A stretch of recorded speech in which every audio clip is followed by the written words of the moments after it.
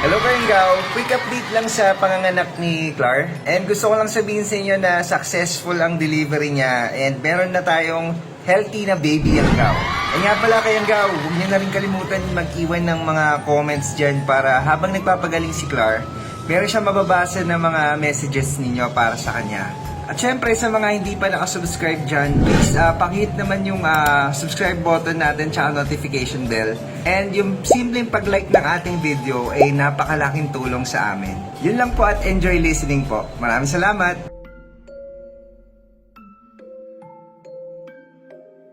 Kapag nalaman mong sanggol ka pa lang at inabandona ka na, magagalit ka ba sa mga magulang mo?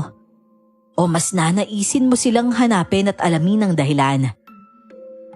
Dahil sa paghahanap namin ng Kuya Daniel ko sa katotohanan sa aming nakaraan, hindi lang kami dinala ng mga paa namin sa lugar na hindi namin inakalang nag-e-exist pala sa mundo natin.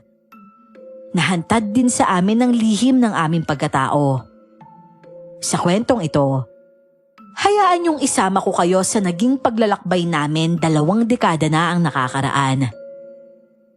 Magandang araw po sa inyo, Miss Clar at Sir Jay. Ganon din sa inyong mga tagapakinig. Ngayon pa lang ay nagpapasalamat na ako kung isa man ang kwento ko sa mapipili ninyong i-ere at bigyang buhay.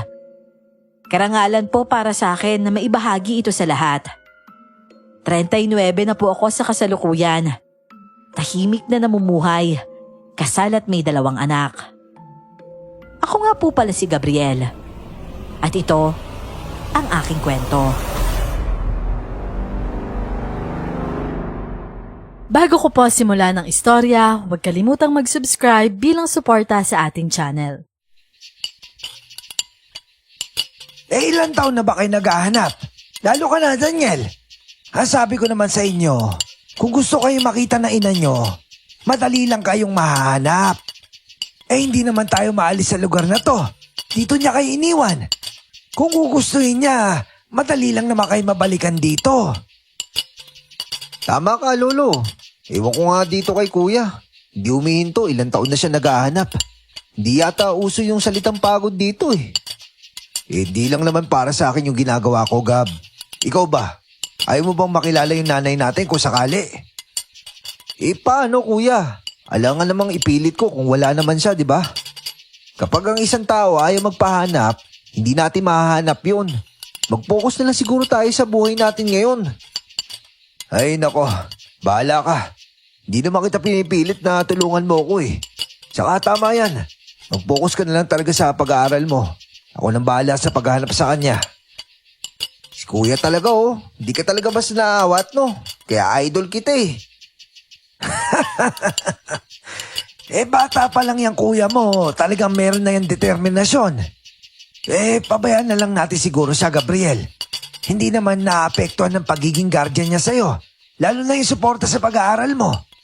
Saka na siguro tayo kumontra. Kapag hindi na natin siya makita dito sa bahay, ano?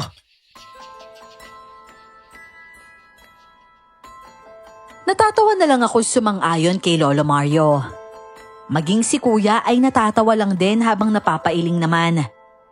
Simula kasi nag-college si Kuya Daniel. Nagsimula na din siya sa paghahanap sa aming ina. Nagawa niyang pagsabayin ng pagtatrabaho, pag-aaral at paghahanap. Ang totoo, hindi ko maintindihan kung bakit niya pa ginagawa yon. Simulat sa pool kasi na nagkamalay ako. Hindi ko naman sila hinanap, lalo na sa kanya. Oo nga't may mga pagkakataon noon na lihim akong napapatanong kung bakit wala kaming mga magulang. Pero habang tumatagal at mas lumalawak ang pag-iisip ko, natututunan kong tanggapin na may ganito talagang pamilya. Na may mga magulang talaga na nagagawang iwanan ang mga anak nila. Apo, halika nga dito. Pakimasahe nga yung kamay ko. Sige Lo. Lo, grabe yung kali nyo sa kamay no? Dahil ba to sa pangingisdaan nyo na ilang taon? Oo, naging protection ko na din yan para hindi masakit sa tuwing hahatak ako ng tanse. Maiba nga tayo. Naririnig kita kanina. Ikaw ba meron lihim na galit sa iyong ina? Maalis po ba sa akin yun, Lo? Hindi ko nga po alam ang itsura ng mukha niya eh. Kahit picture man lang, hindi siya nag-iwan. Gusto mo ba makita ang itsura ng nanay mo? Humarap ka sa salamin. Ho? Abay, kamukha mo siya. Parang nga kayong pinagbiyak na bunga eh. Ang kuya mo kamukha ng tatay ninyo. Hindi mo ba napapansin?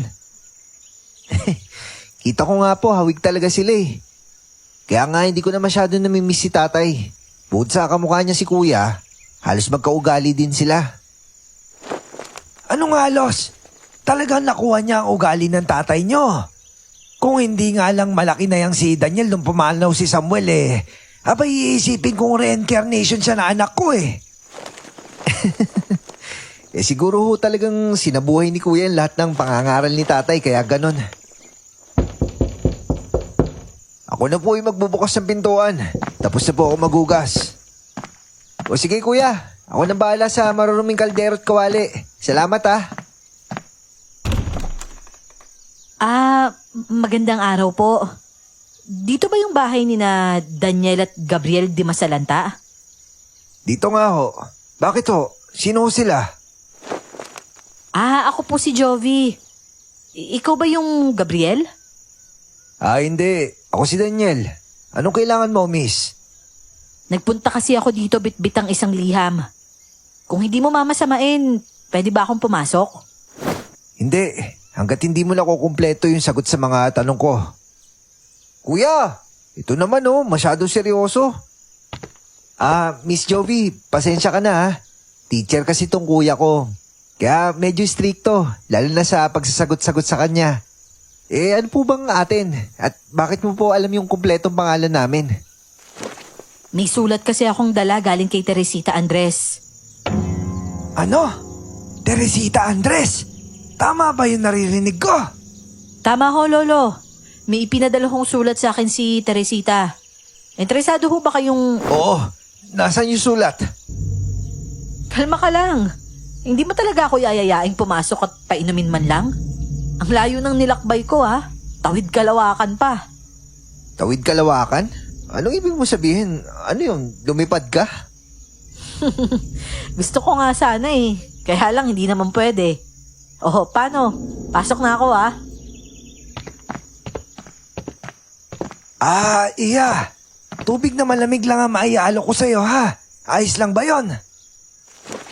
Oo naman. Eto po, may dala akong baunan ko ng tubig. Dito nyo na lang po ilagay. Maraming salamat po Kuya. Kuya, ayos ka lang? May sulat daw si nanay oh. Bakit mukhang hindi ka masaya? Hindi kasi ako tiwala sa mukha ng babaeng yan eh. Huwag kang tititig sa mata niya ha. Baka ma-hypnotize mo ka at manakawan tayo. Anong ibig mo sabihin, kuya? May ganun talaga? Ano yun? May power siya? Pwedeng mangyari yung ganun, Gabriel. Hindi pa man ngayon pero balang araw, magiging paraan yan ng panlilinlang ng mga tao. Maniwala ka sa akin. Teka nga muna, kuya. May nakita ka ba sa mga mata niya kanina? Sus, nainlove ka lang yata sa kanya eh. Napagkamala mo naman na nililinlang ka na. Halika na. Alamin natin kung totoo ngang may sulat si nanay. Dapat nga ikaw yung excited sa ating dalawa eh. Tama po ang narinig ninyo. Kasagsagan ng taong 2004 noon. Pero nahulaan na ng Kuya Daniel ko na posible ang panghihipnotismo sa isang tao bago na nakawan. Na kung tawagin natin ngayon ay pambubudol. May dala nga pong sulat kamay yung babaeng nagpakilala sa pangalang Jovi. Doon ay nakasaad ang pangangumusta, paghingi ng tawad at hiling daw ng aming ina na hanapin namin siya. Mahirap yung paniwalaan. Napakadali lang namang gumawa ng ganong sulat. Pero bukod kasi sa sulat, may dala pang larawan ang babae. Doon ay makikita siya katabi ang isang medyo may edad na babae. At hawig ko yon.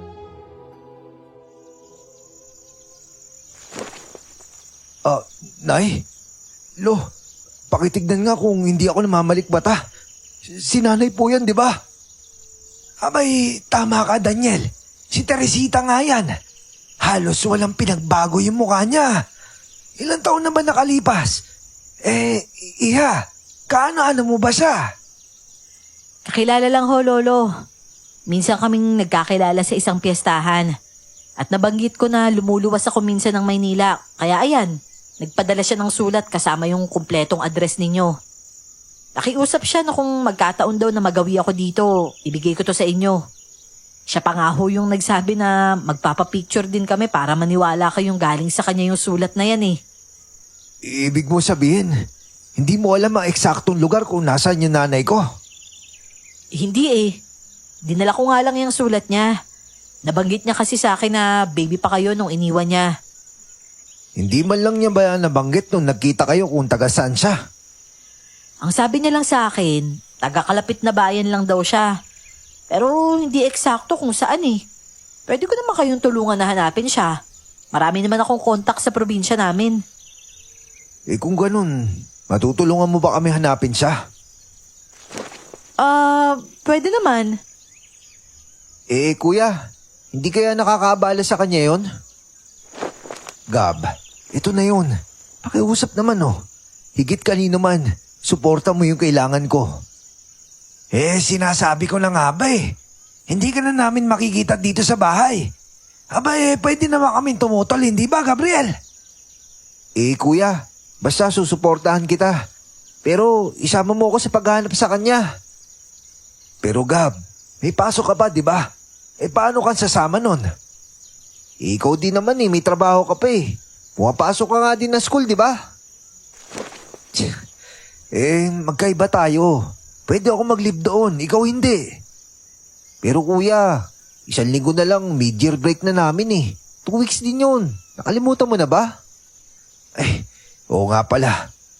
Hintayin na lang natin yun, kuya. Gusto ko sumama sa paghahanap. Sige. Pwede bang samahan mo kami, miss? Jovi ang pangalan ko. Doon mo ako tawagin, wag miss. Ang formal masyado Tsaka pwede ba, bawas-bawasan mo yung pagkakakunot ng noo mo? Mabilis kang tatanda niyan, sige ka. Sayang, pogi ka pa naman. Oo, lumalalim na naman yung kunot ng noo mo. Kalma ka lang sir, ha? Pakasigot nga kung sasamahan mo kami, Miss Jovi. Smile ka pala muna. Yung labas yung ngipin ha, dali na. Hindi ako nakikipagbiruan Ako din naman Para pinapangiti ka lang Sige. Kung ayaw mo, sabihin mo na lang sa amin yung probinsya mo. Oo na, sasamahan na kita. Kanina ko pa yan sinagot Gusto talaga yung kumpirmadong-kumpirmado? Damot nito para smile lang Gabriel, ganito pa talaga tong kuya mo? Pinaglihi ba to sa sama ng loob? Pasensya ka na. Hindi pa kasi nagkakanobya yan, kaya ganyan yung kasungit. Ganun ba? Ano sa palagay mo, Gabriel? Pwede ko bang ligawan tong kuya mo? Lo, humihingi ako ng permiso Saan ka ba galing bata ka at ganyan kakakulit Abay, maririndi itong si Daniel sa'yo. Baka namang sagutin ka kaagad niyan. Lo, pati ba naman kayo? Oh, bakit? Aba, tignan mo nga naman Ginawan ka pa ng pabor nitong dalagang ito. Para sa paghahanap mo sa iyong ina. Liligawan ka pa nga Napakaswerte mo naman binata, Ewan ko sa inyo. Diyan na nga kayo.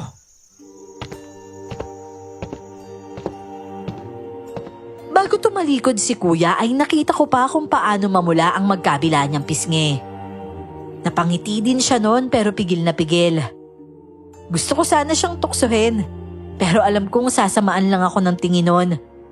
At baka mabato pa ng kung anong mahawakan niya. Tila sabik sa apong babae naman kung asikasuhin ni Lolo Mario si Jovi.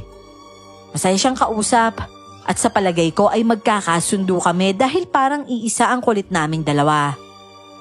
Madami siyang baon na kwento. Nakakasabay siya sa mga sinasabi ni Lolo at nasasabayan din ako sa mga kwento ko. Manghang-mangha nga ako sa kanya dahil sa unang araw niya palang na yun sa bahay namin. Agad niyang napukaw ang atensyon ko. Ibig mo sabihin, pumayag si Lolo na dito ka muna habang hinihintay yung mid-year break ko? Oo naman, Gabriel. Okay lang ba sa'yo? Oo naman, no.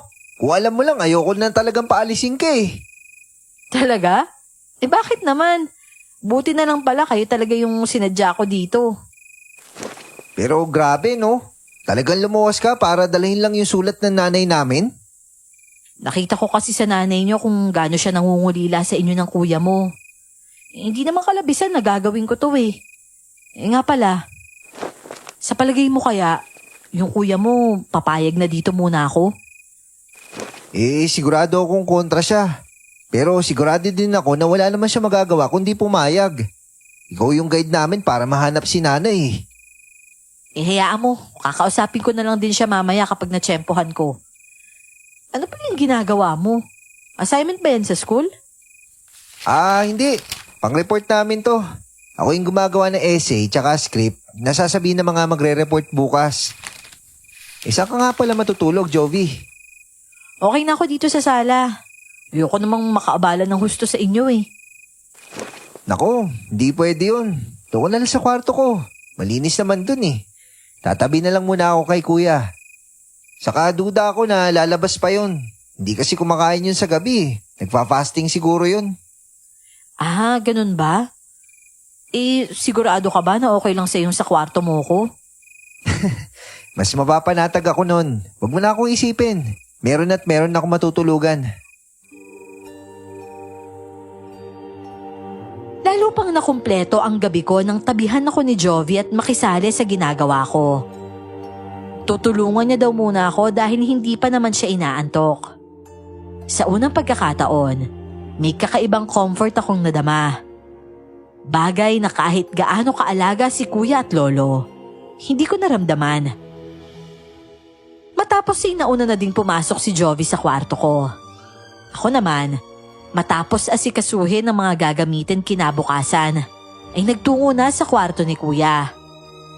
Ang inaasahan ko ay tulog na siya pero inabutan ko siyang nakatitig pa sa salamin na nasa table niya. Tila sinusuri ang mukha niya habang nangingiti. Nagulat pa siya nang makita ako, kaya agad niyang ibinaba ang tingin sa lesson plan na ginagawa niya. Yung mukha ko talaga nun, alam kong halatang halata na natatawa. Kuyom ko kasi ang labi at makahulugang nakatitig sa kuya ko.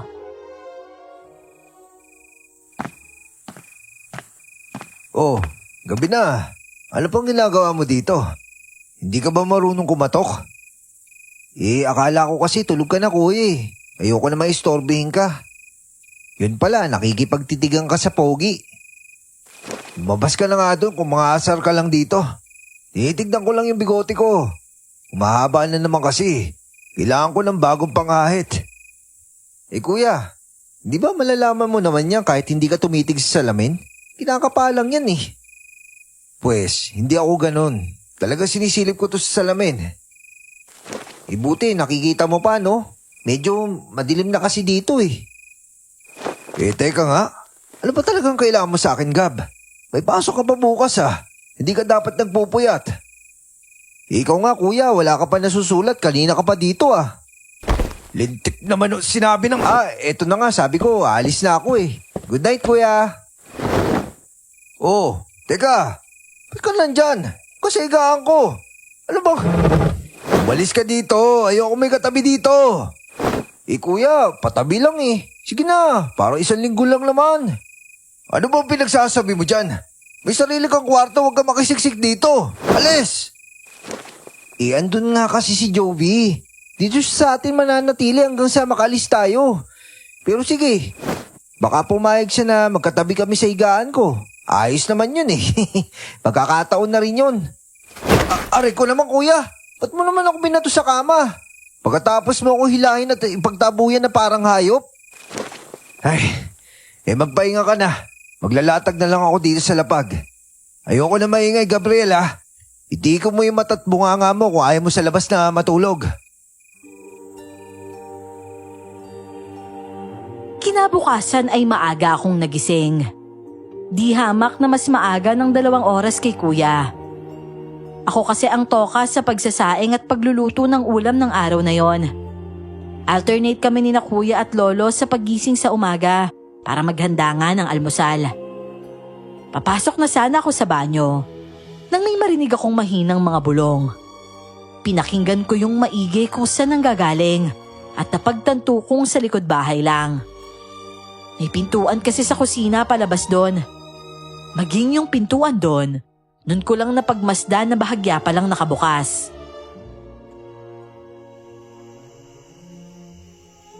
Pasensya ka na ha. Yan lang ang meron sila eh. Ano ba kasing ginagawa mo dito sa lungsod? Mas makakabuti sa'yo kung nasa probinsya ka na lang sana. Mas maraming pagkain dun lalo na sa mga gubat. Ha? May tao na ba? Naku, may gising na siguro. Nang sumulyap siya sa gawi ko ay dali-dali akong umalis sa gilid ng pintuan at pumasok ako sa banyo. Isang may kalakihang pusa ang nakita kong kausap ni Jovi. Pinapakain niya yon at kinakausap na para bang nagkakaintindihan silang dalawa.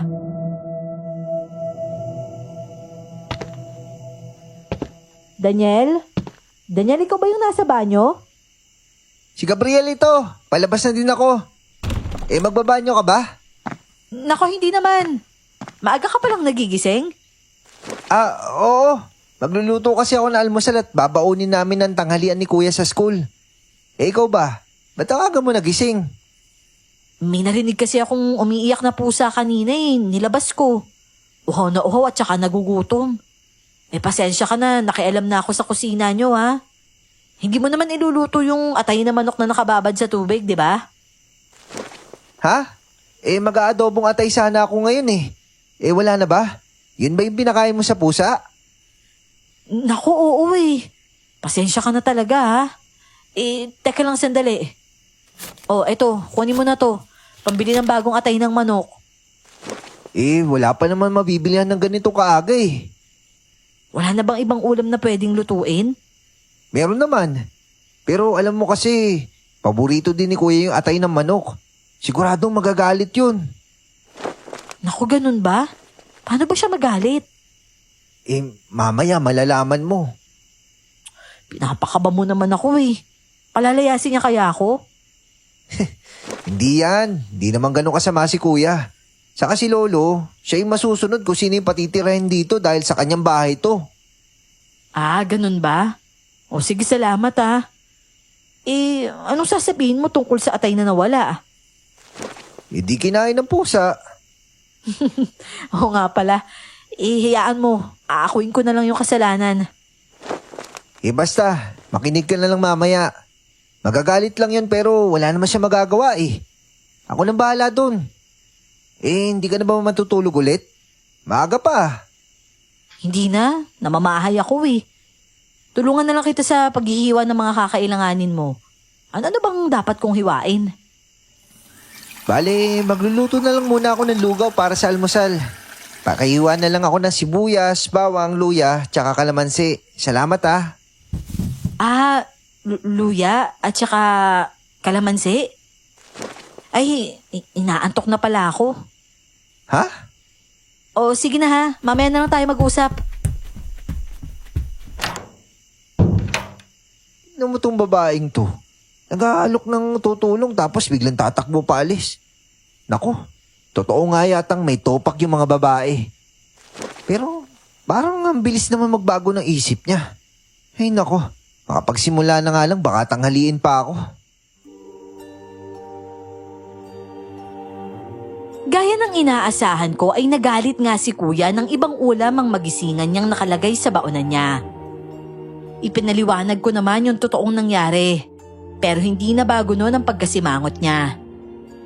Hindi ko naman siya masisi dahil ilang araw niya na kasing gustong kumain noon. Hanggang sa umalis na siya, masama pa din ang timpla niya. Hindi na siya nag-almusal at hindi na din dinala yung baon niyang tanghalian dapat. Nahuhuli akong umalis ng bahay dahil 8:00 pa naman ang pasok ko. At bago ako umalis, lumabas na din si Jovi. Ang ganda ng ngiti niya kahit halatang kagigising niya lang. Nakita niya agad yung pagkain na nasa baonan at kagatlabi siyang sumulyap sa akin at nagtanong. Gabriel, Hindi niya dinala? Hindi nga nag-almusal eh. Hiyaan mo na. Babawi na lang ako sa kanya. Ikaw, papasok ka na ba? Oo. Paano? Okay ka naman dito? Si Lolo kasi nasa dagat yan maghapon eh. Pwede ka naman sumama sa kanya kung gusto mo. Dagat? Naku, wag na. Okay na ako dito. Mainit sa dagat eh. Mahangin naman doon. Maalat nga lang sa balat at malagkit. Oo nga eh. Kaya wag na. Maglilinis na lang siguro ko dito. Ikaw bahala. Alam mo, hawig kayo ng mama mo. Kaya pala ang cute mo eh. Magpakahaba ka lang ng buhok, magmumukha ka na talagang babae eh. Cute? Ako? Oo. Kung yung kuya mo, manly at saka pogi, ikaw naman, cute ka. Ang sarap mo kayong panggigilan. Yan oh. Pinisil niya pa ang magkabila kong pisngi. At hindi na ako nakakibunon.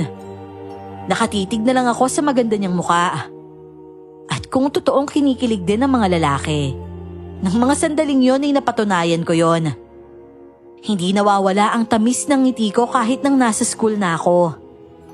Maghapong magaan ang pakiramdam ko. Ewan ko ba, pero iba pala sa pakiramdam na may inaasahan kang dadatnan na babae sa bahay. Bigla ay parang may napunan yon sa pagkatao ko. Gabi na nang makauwi ako at nasa bahay na si kuya at inabutan kong kumakain sa lamesa. Ang lalaki ng subo niya na para bang gutom na gutom. Pagkatingin ko sa ulam, adobong atay ng manok ang naroon. Nagmamantika at maraming sili. Oh, Gabriel, kain na. Masarap yung luto ni Joby. Ikaw nagluto niyan, Joby? Oo, nagpaturo ko kay Lolo Mario. Ganyan daw yung gustong luto ng kuya mo eh. Abay, kung magluto naman pala itong si Joby napakamitikulosa. Nakamas na, nakagloves pa. Pero nakakatuwang nakuha niya na mabilis yung paraan ng pagluluto. Maging yung timpla at lasa na gusto nitong kuya mo. Pagkain po kasi yan, Lo.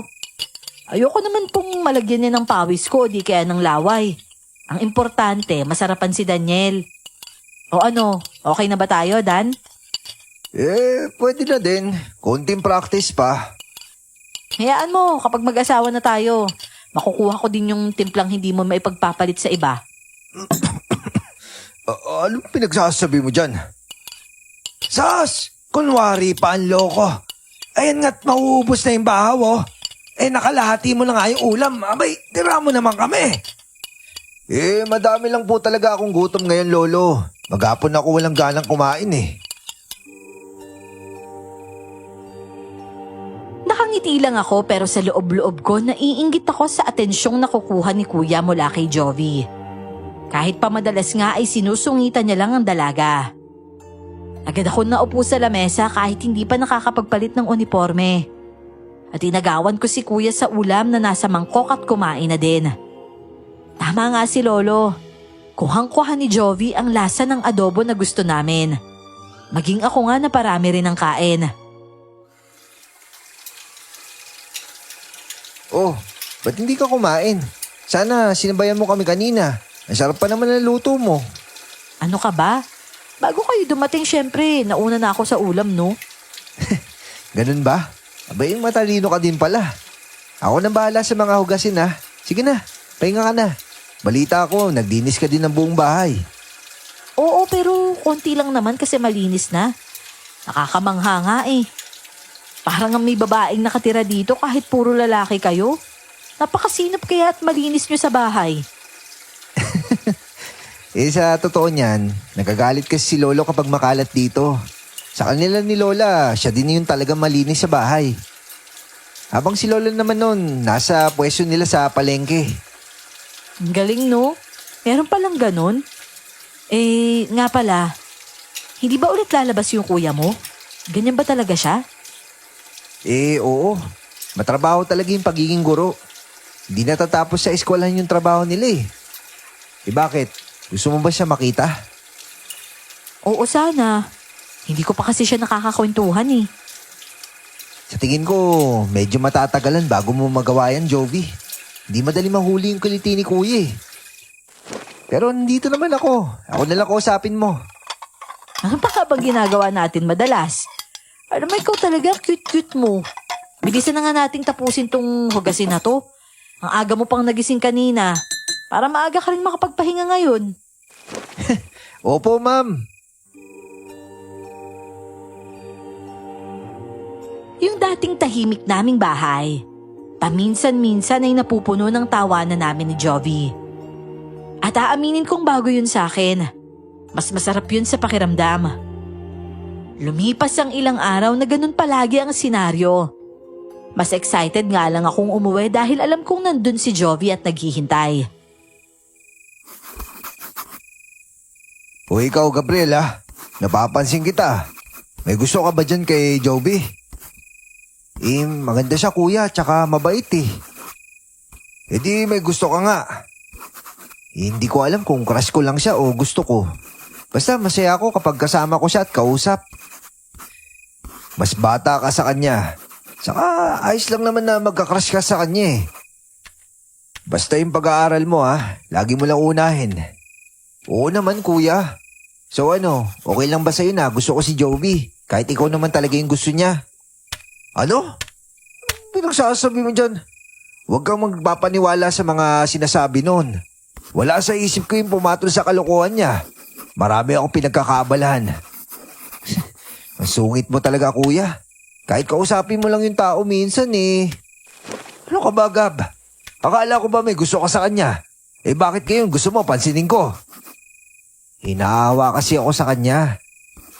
Lagi ka kasi niyang hinihintay at sinetsempohan makausap eh. Ganun ba? Sabihin mo na lang busy ako palagi. Hindi naman yung totoo eh. O siya, sige. Ako nga pala kuya. Sa Sabado na yung alis natin Marami ba akong dadaling gamit? Alam mo, bahala ka na. Malaki ka na, Gabriel. Isa pa, hanggat hindi mo ako inoobliga na bitbitin yung mga gamit mo, ikaw nang bahala sa mga dadalayin mo.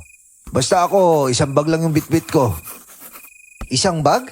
Damit mo pa lang, paano naman magkakasya yun? Hindi naman natin alam kung gaano katagal natin mahanap si nanay eh. Pinakamatagal na yung 2 linggo doon. Saka manipis sa tela lang naman yung dala ko. Magaan sa bag yun. Madali panlaban at matuyo. Ganun ba? O sige na nga, ganyan na nga lang din yung dadalhin ko. Natutulog na ako kuya. Good night. Hindi na siya kumibunon at humarap na lang ulit sa ginagawa niya.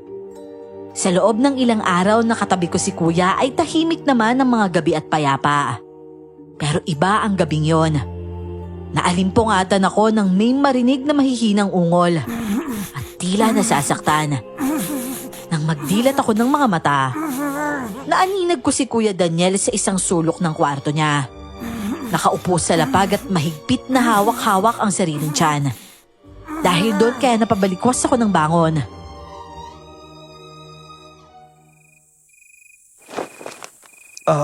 Nagising ba kita? Pasensya na. Matulog ka na ulit, Gabriel. Pipilitin ko magmagingay. Kuya, ano ba nangyari sa'yo? May magagawa ba ako? Wala, ayos lang ako. Kaya ko to. Mamaya lang, wala na to. Sige na, iwanan mo na ako. Aray! Kuya! Ano? Tatawag na ba ako ng ambulansya? Gab, pwede ba? Huwag kang magpanik. Sakit lang nandyan to. Sinabi ko nang mamaya lang wala na to eh. Pero hirap na hirap ka na Tignan mo, para ka naliligo sa sarili mong pawis. Teka lang, gigisingin ko lang si Lolo. Ano ba, Gab? Matulog ka na nga sabi eh. Ayan na. Nawala na yung sakit. Dumadaan lang talaga yun at mawawala din. Hindi mo na kailangang istorbo na ibang tao. Matulog na tayo ulit. 1:00 pa lang na madaling araw.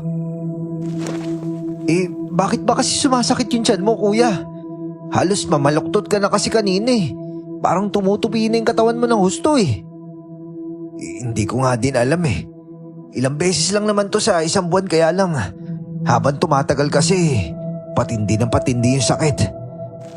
Hayaan mo, kapag nahanap na natin si nanay, magpapacheck up na ako. Bakit ang tagal pa? Pwede naman bukas Madami pa ako hinahabol na lesson plan. Ipapasa ko pa yun sa papalit na guro. Hindi ko priority yung check up na yan, kaya wag mo na akong kulitin. Magpahinga ka na. Nag-aalala pa din ako pero nasa boses ni Kuya ang inis kaya hindi na ako kumibo. Ilang araw na lang at linggo na. Madalas ko pa ding magisingan si Jovi na nagpapakain ng pusa. Yung pangalawang pagkakataon nga, hindi na lang isa yung nasa likod bahay. At kinakausap niya pa. 3 malalaking pusa na ang naroon. Mabuti na lang, hindi na din siya nakikialam sa pagkain sa bahay. Sa tuwina ay namimili siya ng mga pagkain para sa mga yon. Hanggang sa dumating na nga ang araw ng pag-alis namin. Nagulat na lang kami ni Kuya na nakabook na pala ang ticket namin papunta sa probinsya ni Jovi. Hindi ko na po yun papangalanan pa. Para na din sa proteksyon ng mga taong naninirahan dun ngayon. Basta't nasa Mindanao po siya kaya nga kinailangan pa naming sumakay ng eroplano marating lang yon. Lolo Mario, makikiusap po sana ako na kapag gabi na bago kayo matulog, pwede po ba kayong mag-iwan ng malinis na tubig at hilaw na karne sa likod bahay? Baka po kasi dumating yung mga pusa Kapag nakita niyo po sila, sabihin niyo lang umuwi na si Jovi para hindi na sila babalik dito ulit. Sariwang karne ba ka mo? Aba, ayaw ba nila na isda? Marami ako nahuhuli araw-araw. Mas gusto po nila yung karne lolo Mag-iiwan na lang po ako ng pambili. Basta't masabihan nyo naman po sila na wala na ako dito, hindi na babalik yung mga yon. Ano? Maiintindihan ba nila ako? Abay, ano ba yung mga pusang yun, Iya? Pangkaraniwan lang po sila. Pero sigurado po ako nakakaintindi naman yung mga yon. Kaya pakiusap po lolo ha. Ikaw talagang bata ka, oo. Napaka-misteryosa mo. At huwag mong isipin na hindi ko alam ha. Pero alam ko namang mabuti hangarin mo. Oo? Ano po sinasabi niyo, Lo? Huwag mo na siyang isipin. O sige na, mag-iingat kayo sa paglalakbay nyo ha. Puprotektahan kayo ng aking mga dasal. Si Lolo naman talaga may pagka-misteryoso din kayo Jovi, hayaan mo na yan. Minsan talaga matalinghaga magsalita yan si Lolo, lalo na kapag nakakainom ng lambanog. Oh, tapos na ako. Nakapagpaalam na ba kayo kay Lolo? Oo kuya. O sige na, mauna na kayo sa labas. Doon nyo na ako hintayin dahil may ibibilin pa ako kay Lolo.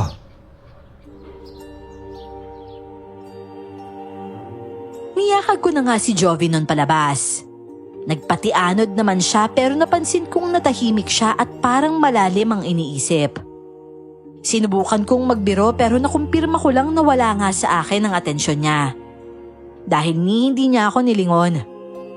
Kinalabit ko na lang siya kaya napatingin siya sa akin. Nagulat pa nga siya kung bakit at paano kami napunta sa labas ng bahay. Oh, anong problema mo? Parang dami mong iniisip Hindi masisid. Loko, hindi.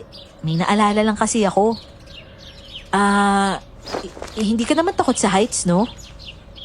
Heights? Hindi no.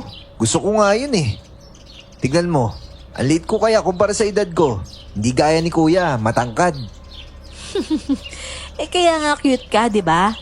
Saka nagbibinata ka pa lang, tatangkad ka din. Tsaka yung heights na sinasabi ko, yung sa eroplano. Kung hindi ka pa takot sa matataas, baka kasi magpanik ka kapag nasa eroplano na tayo Uy, hindi no.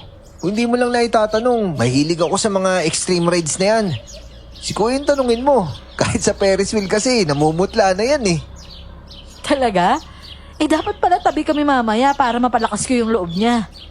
Oo, tama yun. Sa gitna ka namin. Loko-loko, dalawahan lang yung upuan dun. Ganun ba? Okay, sige. Oh, ano na naman yan? Chinichismis mo na naman ako, Gabriel. Kapatid ba talaga kita? Si kuya naman oh. Pinagpaplanuhan namin ni Joby para alam niya ang gagawin sa'yo. May baon ka bang plastic dyan? Plastic? Para kung bigla ka masuka, hindi ka na magkakalat sa eroplano. Halos manlisik ang mata ni Kuya habang nakatingin sa akin noon. Natatawa naman ako at gayon din si Jovi. Ako na nga ang tumawag sa tricycle na sasakyan namin papunta sa terminal ng jeep. Naging smooth naman ang biyahe namin hanggang sa makasakay na nga kami ng eroplano. Ako lang talaga ang hindi naging komportable. Palibasa, alam ni Jovi na kayang-kaya ko naman ang sarili ko. Kay Kuya siya na-focus lalo na nung papaangat ang eroplano. Mabuti na lang, 3 ang upuan. Nasa gitna namin ni Jovi si Kuya, habang ako naman ang nasa tabi ng bintana noon. Gaya kasi ng inaasahan ko. Halos mawala ng ulirat si Kuya dahil sa nerbiyos. Namutla siya noon at halos manigas ang katawan. Oh, wag mong pigilan yung paghinga mo. Ikalma mo lang yung sarili mo para yung dugo mo dumaloy ng maayos. Okay lang yan, nandito ako. Hawakan mo lang yung kamay ko ha. Wow ang sakit niyo sa mata kuya. Manahimik ka nga dyan. Kainis, ba't ba kasi ganito? Shh, kalma ka lang. Matatapos na to, mamaya kalmado na yan. Hanggang sa naging kalmado na nga. Si Kuya kahit papano ay maayos na din ang itsura. Nagpasalamat naman siya kay Jovi at binawi na din ang kamay niyang kanina lang ay madiing nakahawak sa dalaga. Ewan ko ba, pero may parte sa akin ang naiinis sa ginagawa niya. Naahawa naman ako kay Jovi kasi pansin ko na napapahiya siya. Wala siyang ibang ginagawa kung hindi ang ngumiti lang. Dahil nasa 2 oras ang biyahe, umidlip na muna ako. Payapa naman ang biyahe hanggang sa nagising na lang ako dahil parang umaalog. Gabriel! Gabriel, gumising ka! Gising! Oh, ano ba nangyayari? Bakit? Oh, Diyos ko! Yung bakpak na eroplano, umuusok ko! Ano? Teka lang, kumalma lang kayo. Kumalma lang kayo. Ayan ang air mask! Isuot nyo na, bilisan nyo! Nang biglang may magsalita sa speaker at sinabi nito na kumapit kami ng maigi. Dahil mag-e-emergency landing daw kami. Nang silipin ko naman ang ibaba, puro kabundukan ang nakikita ko. Paano kami makakapag-emergency landing doon? Pakiramdam ko nag-flash sa isip ko ang mga naging buhay ko simula magkamalay ako hanggang sa mga sandaling yon. Isa lang ang sigurado ko, kung hindi kami magkakalasog-lasog, masusunog kami ng buhay. Ano't ano pa man, napakaliit ng tsansa na makaligtas kami sa oras na bumagsak ang eroplanong sinasakyan namin. Kuya, mamamatay na yata tayo! Mamamatay na tayo! Kumapit ka lang, Gabriel. Magdasal tayo. Hindi tayo mamamatay. Hindi! Kumapit kayong maigi. Basta makakaligtas tayo, magtiwala lang kayo. Kuya, mahal na mahal kita kuya. Sorry sa lahat ah. Sorry!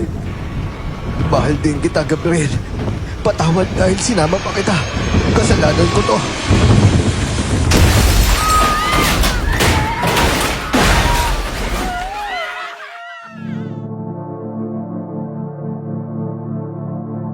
Nakahanda na akong mamatay noon.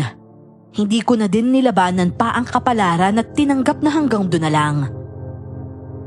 Masakit nga lang sa kalooban dahil napakabata ko pa. Napakarami ko pang gustong gawin sa buhay ko. At sa kabilang parte ng isip ko, sinisisi ko si nanay dahil kung hindi dahil sa sulat niya, hindi sana kami mapupunta sa ganong sitwasyon. Isang malakas na pagsabog. At kasunod noon ay naramdaman ko ang paghampas ng katawan ko sa matitigas na bagay bago tuluyang dumilim ang paligid ko.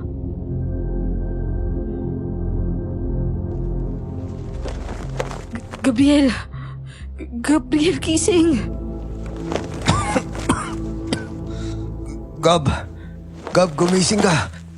Gumising ka pakiusap. Huwag mong iiwan lang, kuya. Please naman, gumising ka. May pulso pa siya, Daniel. Okay pa naman siguro siya. Baka nawalan lang talaga siya ng malay. Pero meron dugo, Joby. Meron dugo sa ulo niya. Oo nga no. Pero bakit? Bakit? Totoo nga. Nasa dugo niyo yung dugo ng gabunan. Gabunan? Ano yung gabunan na sinasabi mo? Parehas kayo, Daniel. Pero mas malakas yung sayo. Sabihin mo nga sa akin, may nangyayari bang weirdo sa katawan mo? Ha? Pagbabago? Ay, mamaya na nga natin pag-usapan yan. Kailangan magising na natin si Gabriel. Magdidilim na. Kailangan nating makalabas ng kagubatang to. Delikado tayo dito eh. Paano kung kargahin ko na lang siya? Hindi mo pa kakayanin. May balik ka pa sa balikat mo. Tapos may sugat ka din sa hita. Paano yung gagawin natin? Ayaw niyo pa magising eh. Kuya. Kuya, gising na ako. Pero bakit parang hilong-hilo ako? Gab, salamat at gising ka na. O ano, kaya mo ba tumayo? Hindi ko alam, kuya. Sobrang nahihilo ko. Dahil yan sa sugat mo sa ulo, Gabriel. Huwag mo munang pilitin. Antayin mong umahis yung pakiramdam mo. Nilagyan ko naman na ng tela pansamantalang bandage eh. Kaya lang, paggabi na kasi, wala tayong magagamit pang apoy. Ang layo ng binagsakan ng eroplano sa tinalsikan ng upuan nating tatlo. At kailangan nating makalabas ng gubat bago tumilim. Ganun ba? Teka. Kaya ko naman maglakad siguro pero kailangan may aalalay sa akin. Hayaan mo, tutulungan kita. Sigurado ka bang kaya mo nang tumayo? Oo. Kailangan ka mo natin makalis dito, di ba? Sigurado ka bang kaya mo? Ako dapat nagtatanong sa inyan, kuya eh. Ikaw mo hita mo, duguan no? Huwag mo ko halalanin, hita lang to. Ikaw nga may tama sa ulo eh. Parang sinabi mong nababaliw na ako, kuya. Seryoso ka? Nagagawa mo pang tumawa sa lagay na yan? Sisiraan ka na nga. Ang cute nyo palang mag-asarang magkuya, no? Alam nyo, mamaya na yan. Bilisan na natin. Alika na dito, Gabriel. Akahin na lang kaya kita. Ha? Naku, wag na.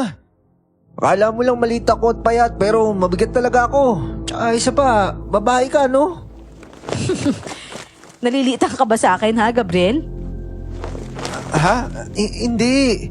Ang ibig ko sabihin, oo, medyo malaman ka pero baka hindi mo ko kayanin. Bakit kasi hindi mo muna subukan? Alika na kasi, nagmamadali na tayo eh.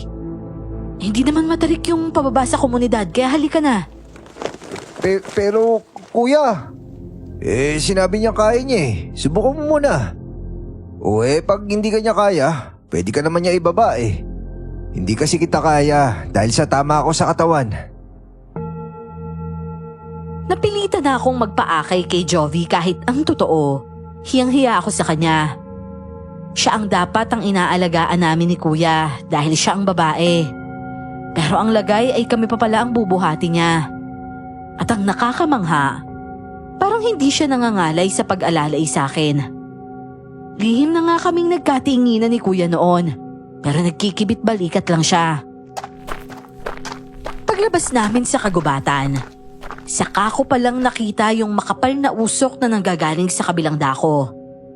Muling bumalik yung trauma, takot at lungkot sa akin. Naaalala kong may kasabayan kaming mga bata at sanggol. At lihim akong napayuko at nag-alay ng dasal para sa kanila. Hiling ko na lang no na tulad namin. Sana nakaligtas din ang ilan.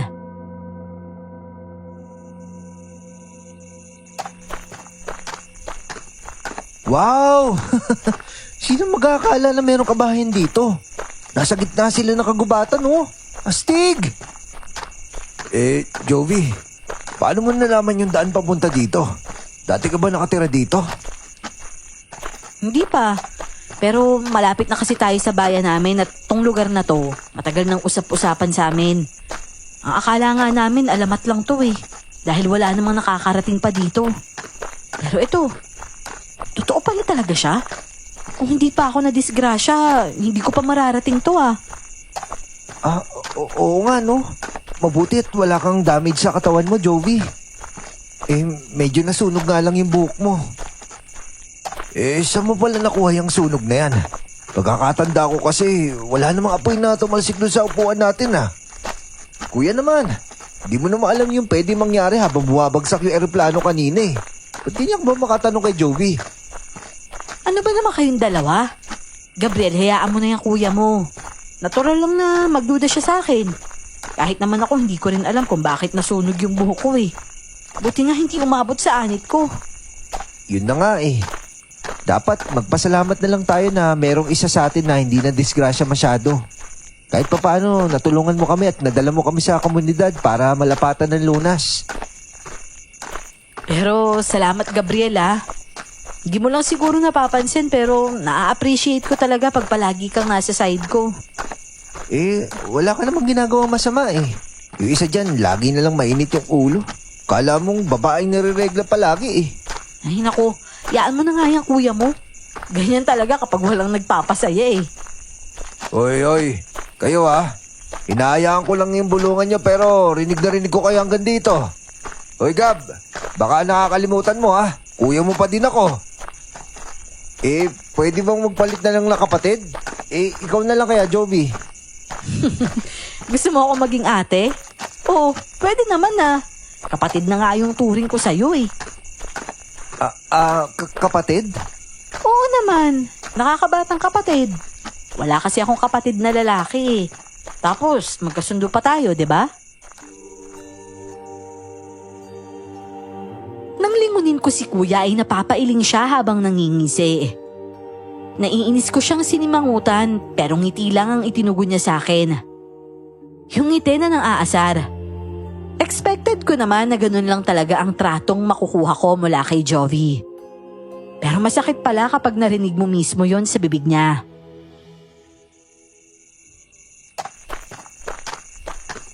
Sino kayo? Teka. Huwag niyong sabihin na sakay kayo ng bumagsak na eroplano. Tama po kayo. Pasensya na po. Kailangan lang ng mga kasama ko ng paunang lunas. Kung nakikita niyo po, sobrang lala ng pinsala nila. Pwede niyo po ba kaming tulungan? Oo naman. Naku po Diyos ko. Napakaraming dugo. Hindi mo sila pwedeng idaan dyan, iha. Dahil pagkakaguluhan kayo. Mabuti pang sumunod kayo sa akin. Sige po. Maraming salamat po. Nida. Nida ang pangalan ko. Mabuti't buhay pa kayo, ano? Ang lakas ng pagkakabagsak ng eroplanong yon. Parang umalog ang lupa kanina. Yung iba, patay na ba? Hindi po kami sigurado eh. Humiwalay kasi yung inuupuan namin kanina. Mabuti't magkakasama nga po kami sa iisang upuan. Kaya iisang lugar lang yung binagsakan namin. Ganun ba? Sige, halina kayo. Likod na ito ng bahay. Maswerte kayo't nag-iisa lang ako dito. Sige iha. Ihiga mo sila dyan at maghahanap lang ako ng panggamot sa mga sugat nila. Oo, sige po. Maraming salamat ho, Aling Nida ha. Dito ka muna, Gabriel. Tutulungan ko lang maupo yung kuya mo. Hindi na. Kaya ko na yung sarili ko, Jovi. Oo, sige. Pero, teka, sandali lang ha. Jovi? Saan ka pupunta? Shh! May titingnan lang ako. Nagkatinginan kami ni kuya nang lumabas din siya. Hindi pa man nagtatagal na nakalabas si Aling Nida. Sinenyasan ako ni kuya na wag nang magtanong kaya ang ginawa ko na lang, nahiga. Blurred pa din ang paningin ko noon at nanghihina talaga ako. Pakiramdam ko kasi nabugbog ng husto ang katawan ko. Ay, hindi pa rin ako makapaniwala na buhay tayo, Gabriel. parang napaka-imposible. Kuya, walang milagro kapag hindi pa talaga nating oras. Magpasalamat na lang siguro tayo dahil dininig yung panalangin natin na mabuhay pa. Pero, hindi ka ba nagtataka kung bakit tumalsik yung upuan natin palabas sa eroplano? Tayo lang kasi yung tumalsik ang upuan. Anong ibig mo sabihin, kuya? Hindi ko kasi nakita dahil pumikit ako at nagdasal eh. Ang alam ko lang, may narinig akong malakas na tunog. Tapos, yun na. Umampas na kung saan yung katawan ko. Nakadilat ako noon. Kitang-kita ko tumalsik yung upuan natin bago sumadsad yung eroplano pababa. Di ko rin alam kung paano nangyari yun eh. Pero pagdilat ko, si Jovi yung bumungad sa akin. Inalis ko yung seatbelt ko. Kuya, ano nasa isip mo? Hindi ko rin alam gabi. Naguguluhan pa din ako.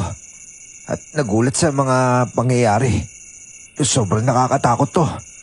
Baka hindi na ako sumakay ulit na eroplano kahit kailan. Ako din, kuya. Ayoko na. Ayoko na talaga. Pasensya ka na sa akin ha. Nadamay ka patuloy. Ano ko ba, kuya? Ako naman may gusto sumama, di ba? Nagpilit pa nga ako na... Kuya, ano yun? Narinig mo ba? Oo. Parang nasaktang aso yun eh. May aso kaya si Ate Nida? Kuya, mukhang may sinasaktang hayop oh. Baka sa kapitbahay naman yun. Malapit lang yung tunog eh. Parang dito lang yun. Kuya, bakit ka sumisingot? Ano? Hindi, ano lang. Siguro ganun na nga. Naamoy ko kapag meron dugo. Ha? Talaga? Ang weird naman nun. Lakas ng pangamoy mo ah. Pero kuya, pwede na ba ako matulog? Ano? Wag! Kung kaya mong pigilan, pigilan mo. Alam mo may sugat ka sa ulo eh. Gusto mo bang hindi ka na magising? Ayoko syempre. Pero kasi inaantok na talaga ako. Abay, sasampalin kita kapag natulog ka. O suntukin na lang kaya kita. Kuya naman, ano gagawin ko? Lagyan mo na lang kaya ng tape pataas yung mata ko. O kaya tukuran mo ng toothpick para hindi ako pumikit. Antok na talaga ako eh. Bakit hindi na lang natin pag-usapan yung damdamin mo para kay Jovi? Nako, mas lalo na yata ako inantok dyan, kuya. Hindi. Alam ko, meron kang pag-asa doon. Uy, kuya, baka bumalik siya at marinig ka. Nakakahiya yun. Hindi na nagsalita si kuya pero nararamdaman kong hinahaplos niya ang buhok ko. Ayokong matulog. Natatakot din naman ako pero ang hirap talagang kalabanin ng antok. Para bang may mabigat na bagay ang nakadaan sa talukap ng mga mata ko at hirap akong idilat yon ng malaki. Bukod doon ay sobrang gaan din ang ulo ko. Hindi ko talaga magawang panlabanan yung antok. Hanggang sa hindi ko na namalayan, nakatulog na talaga ako ng tuluyan. Wala kayong dapat ipag-alala. Natutulog lang siya. Magigising din siya mamaya. At ikaw naman, Daniel, halika't susubukan kong hilutin ang balikat mo. Masakit ito pero alam kong makakaya mo. Kaya-kaya niya po yan, Aling Nida. Ikaw din, Iha. Akala mo ba hindi ko nakita ang malaking sugat sa likuran mo? Hubarin mo yung damit mo at magpalit ka ng malinis doon. Kahit anong tago mo ng sugat sa akin, makikita ko yan. Jovi, may sugat ka sa likod. Tapos inakay mo pa si Gabriel kanina. Ba't hindi mo naman sinabi? Kaya ko naman to. Pwede ko ba makita? Naku, wag na. Nakakahiya naman eh. O siya, sige. Kung hindi ka komportable, ayos lang. Ano ba naman kayo? Makikita mo din yan mamaya, iho. Kapag nilinis ko na.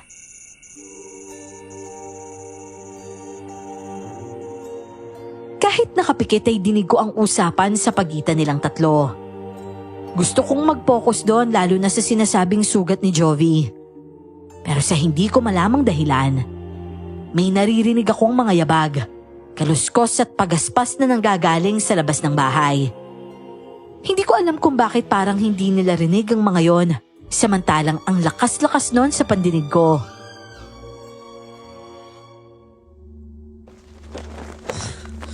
May dumarating. Hindi sila mga tao.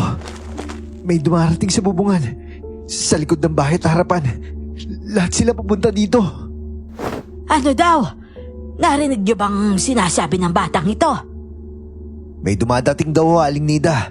Hindi ko maintindihan yung iba niya sinasabi. Bintana, likod. Uy, Gabriel, gising ka na ba? Hindi ko kaya nagdidelirio siya.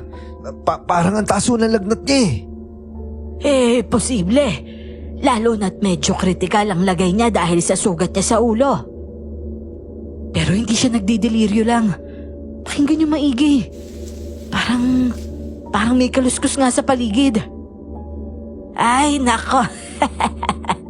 Kayo talaga, oo. Pinapabilib ninyo ako ba? Ang lalakas ng pakiramdam ninyo. Alam ninyo kasi, bawal na talagang lumabas dito kapag ganitong kalat na ang dilim.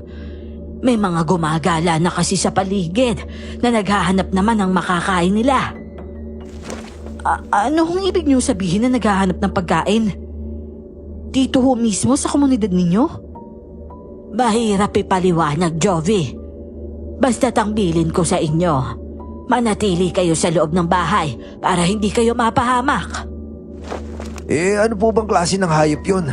Leon, tigre o asong buntok na kumakain ng karne? Parang gano'n na nga. Hindi naman talaga sila nalalayo sa mababangis na hayop sa gubat.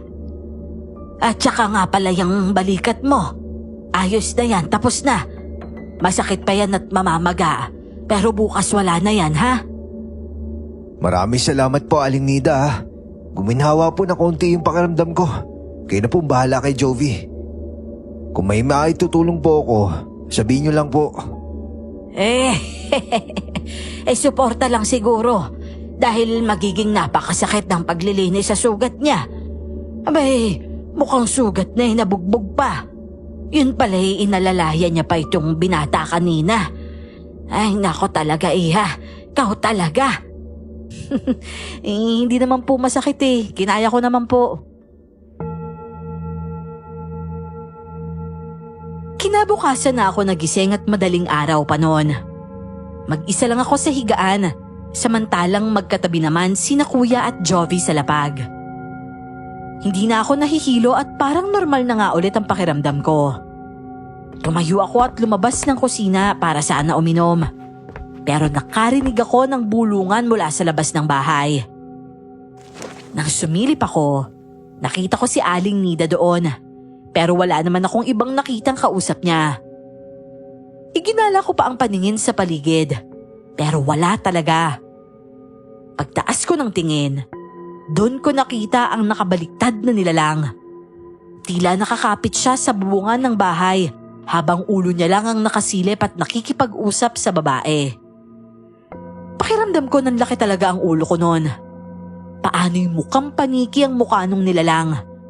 Paniking may malalaking mga mata at matutulis na mga tenga. Hindi ako sigurado. Pero kung nakaligtas nga sila, posibleng marami pang ibang nakaligtas din. Sana nagpunta kayo sa pinagbagsakan ng eroplano sa paligid nun. Siguradong marami kayong makukuhang karne doon. Bigyan nyo naman ako, ha? Ano? Sira ulo, hindi muna natin sila pwedeng pakialaman. Iaalay ko sila sa Prinsipe Damian kapag malalakas na sila at matataba. Baka sakaling mabigyan na kami ng mataas-taas na ranggo sa komunidad na to. Di pati ikaw makikinabang, hindi ba? Kaya pagsabihan mo yung mga kasamahan mo, ha? Nararamdaman nila kayo kapag nasa malapit kayo. Sige na. Lumayo-layo muna kayo dito hanggat maaari.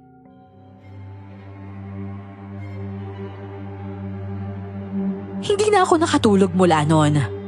Tulala ako sa kwarto hanggang sa sumapit ang umaga. Wala na nga yata talagang ligtas na lugar para sa amin ng kuya ko. Napapaisip pa din ako kung sumpa nga bang maituturing ang sulat na yun ni nanay sa amin. Nagisingan na lang ako ni kuya na ganun pa din ang itsura. Gabriel, ano? Okay na yung pakiramdam mo? Ano nangyari? Patingin nga ng sugat mo. Oh, teka. Paano nangyari? Bakit naging ganito? Ha? Bakit kuya? May nangyari ba sa sugat ko? Meron. Malaki. Paano naghilom ng gano'ng kabilis yung sugat mo? Sa gamot ba yun na ginamit ni Aling Nida kagabi? Naghilom? Aba, oo nga no. Tsaka wala na din masakit. Aba, yung galing ah. Teka nga. Oh, yung sugat ko wala na din. Ano ba yan? Aga-agang ingin yung magkapatid ah. Ano ba kasi nangyayari? Teka nga lang, Jovi. Patingin nga ako ng likod mo. Oo. Teka lang, ano ba kumalma ka nga? Ano ba kasi yun? Ano ba nangyayari? Kuya, magdaan-daan ka naman sa pagtataas ng damit ni Jovi. Oo nga pala. Pasensya na, Jovi. Kailangan ko lang makita yung sugat mo kung magaling na din. Aha? Okay, sige. Teka lang, kumalma ka lang dyan. Eto. Ano? Magaling na din ba? Oo, grabe. Ang galing nung gamot ni Aling Nida. Napaghilom niya yung lahat na sugat natin sa katawan. Pero alam mo, palagay ko nagkakamali ka ng hinala, Daniel. Katawan natin yung may gawa kaya naghilom niya ng ganyang kabilis. Talaga? Paano naman nangyari yun? Basta, maniwala na lang kayo sa akin. Hindi yan dahil sa gamot. Oh, gising na pala kayong tatlo. Nakahain na ang almusal ninyo. Halina kayo sa hapag. Sige po, Aling Nida. Susunod na po kami. Salamat po, ha? Ano, kayong dalawa? Paano? Kakain na daw. Tara na. Kayo na lang muna siguro. Busog pa ako eh. Ano? Gabriel, may problema ba? Wala naman kuya. Kumain ka muna dun. Papahinga lang ako dito. Sige na, Jovi. Mauna ka na. Okay, sige. Sumunod kayo dun, ha? Paglabas ni Jovi ay si kuya na din ang nagsara ng pintuan at tinabihan ako sa higaan. Isa naman yun sa ugali ni kuya na nagustuhan ko talaga sa kanya. Hindi ko na kasi kailangang sabihin na may problema ako. Lalapit na siya ng kusa sa akin at kakausapin ako. Hindi ako iiwan nun hanggat hindi ako nagsasalita kaya kapag ganon, sinasabi ko na agad sa kanya.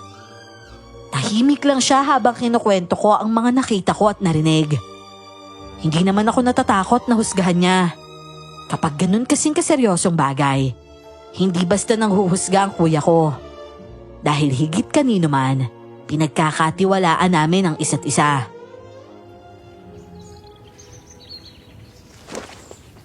Iaalay sa prinsipe ng ano? Saka yung nakita mukha mo, mukhang paniki na itsura na malaki. Hindi kaya may mga aswang dito?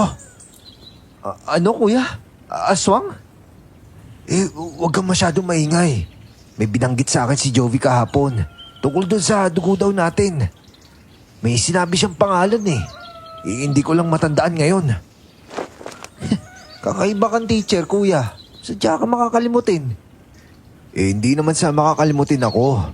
Kakaiba lang talaga yung sinabi niya salita eh. Tsaka bukod doon, nasa kalagitnaan ako ng pag-aalala sa'yo noon. Kasi hindi ka na nagigising. Ganun ba? Siguro, kausapin mo si Jovi tungkol doon. Mahalaga ba yun? Kuya, siguro dapat makalis na tayo dito sa lalo madaling panahon.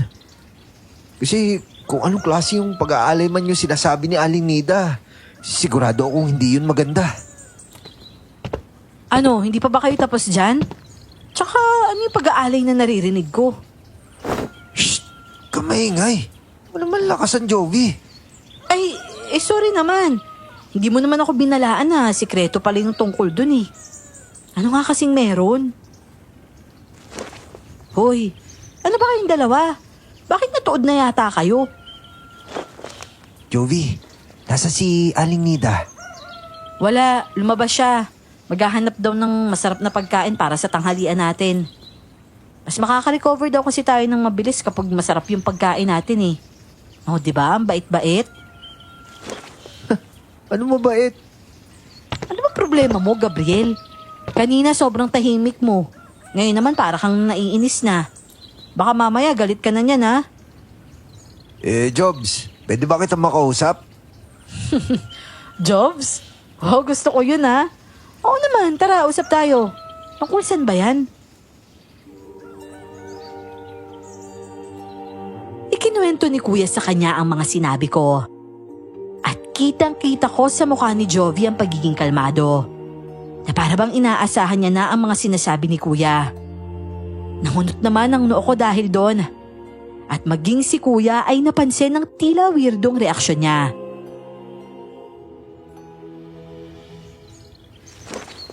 Narinig ko din kasi kagabi yung narinig mo, Gabriel. Nandun ako.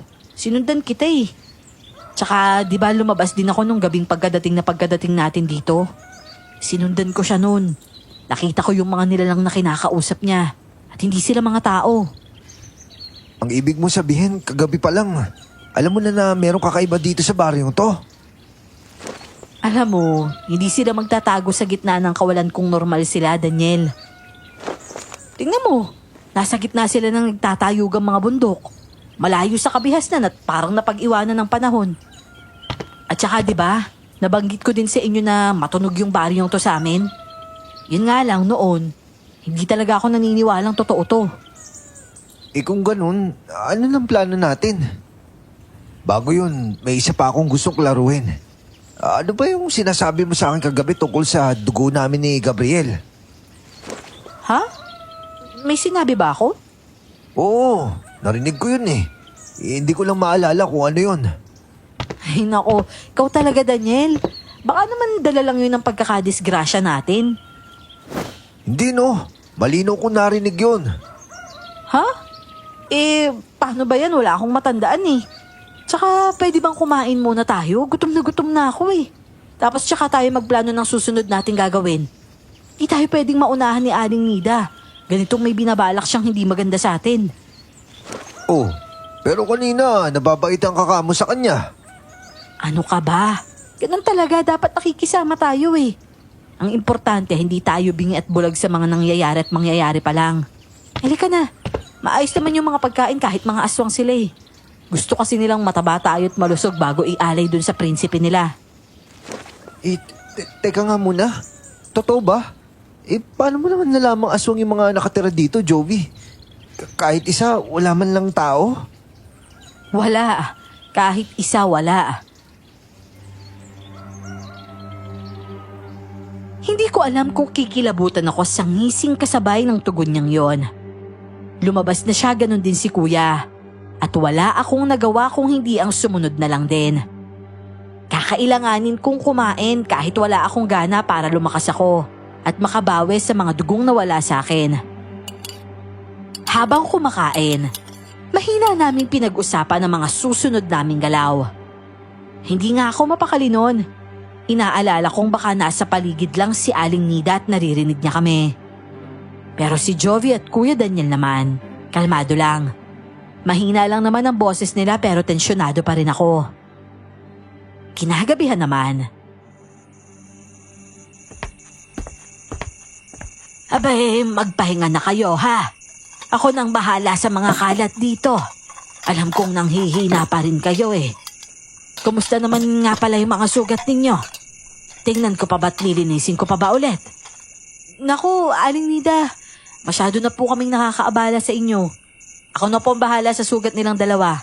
Pagkatiwala nyo na po sa akin to, kaya-kaya ko na po to. Ganun ba? Siya ikaw na ang bahala ha. Sa akin ayos lang din naman. Paano naman ang sugat mo? Sinong maglilinis? Sila na lang din po. Kaya na po namin to. Salamat po talaga, Aling Nida ha. Walang anuman. Magpahinga na kayo pagkatapos ha. Saka huwag ninyong problemahin ang paggising sa umaga. Basta't magpahinga lang kayo dyan at magpalakas kayo. Sobrang spoiled naman yata namin sa inyo, Aling Nida. Tsaka yung mga hinahanda niyong pagkain para sa amin, mukhang mas mabilis kaming tataba niyan ah. Abay, di mas mabuti. Bilis-bilisan nga ninyong tumaba. Nang sa gayon ay makauwi na din kayo. Wag ho kayo mag-alala. Sigurado pong may rescue na darating para sa amin. Makakauwi na ho kami. Ano ka mo? Rescue? Ano ba yon?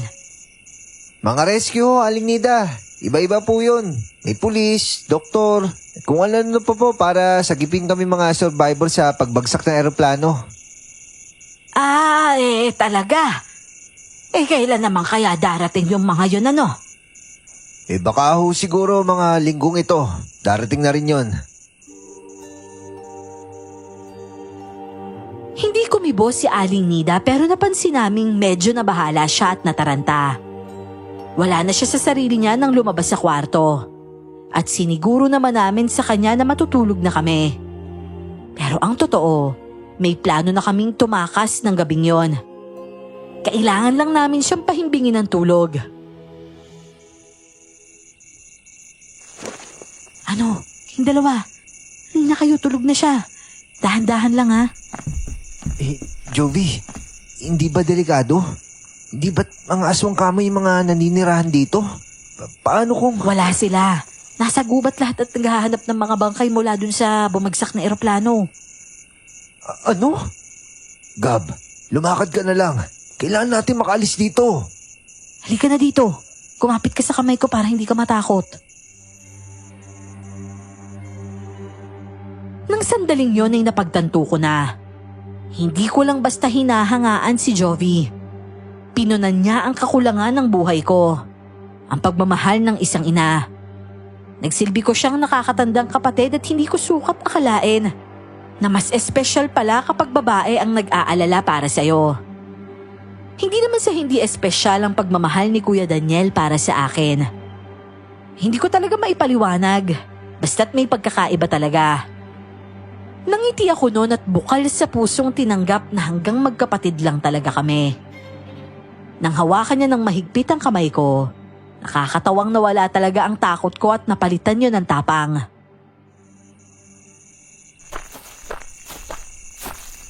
Kuya, ang dilim naman dito.